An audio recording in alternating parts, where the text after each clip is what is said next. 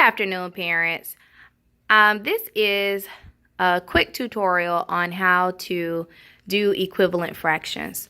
I want to draw your attention to make sure that you understand that equivalent fractions is basically two or more fractions that name the same amount.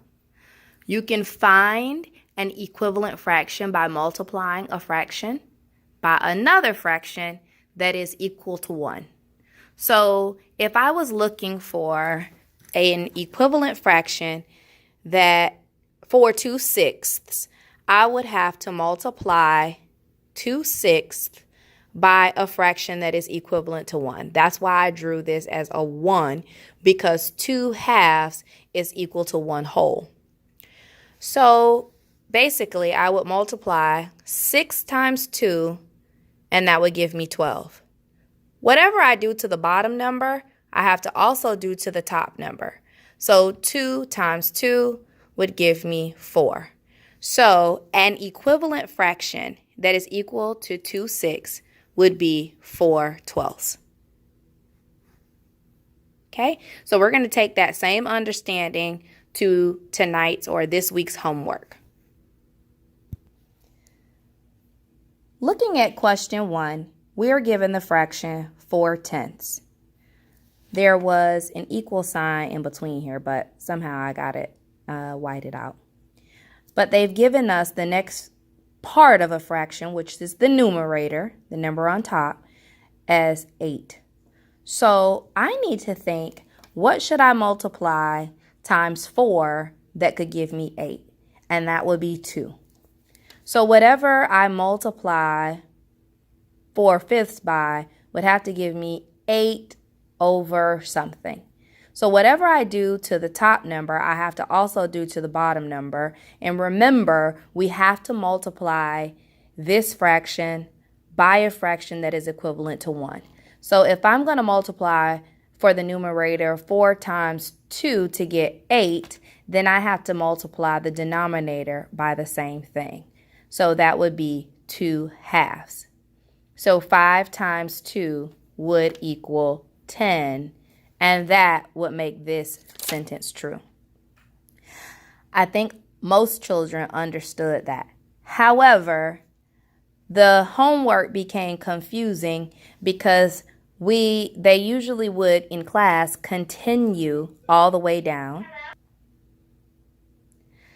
But for this homework, we're going to go back to the original fraction, and that is where the confusion came from. Because there's no way that I can multiply something and get something by 10 and get 15. It's not going to work. So if we go back to the original fraction, which is 4/5, we can multiply that by a different fraction that is equivalent to 1 whole. So I could multiply 5 times 3 to get 15. So you have to think in terms of just bypassing this whole thing and going back to the original equivalent fraction. So with this one, I'm multiplying 3/3 because 5 times 3 would equal 15. And so then 4 times 3 would give me 12. So an equivalent fraction for 4/5 could also be 12/15. I hope that helps, but if it doesn't, I'll go down and I will show you again for number 2.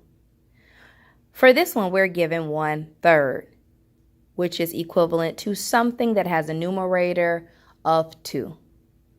So in order to get 2 on this side, I must multiply 1/3 by 2/2. Again, remember, equivalent to 1. This fraction would be equivalent to 1 whole. 1 times 2 would give me 2. So that part would be true. So then 3 times 2 would have to be 6. So 1/3 is equivalent to 2/6.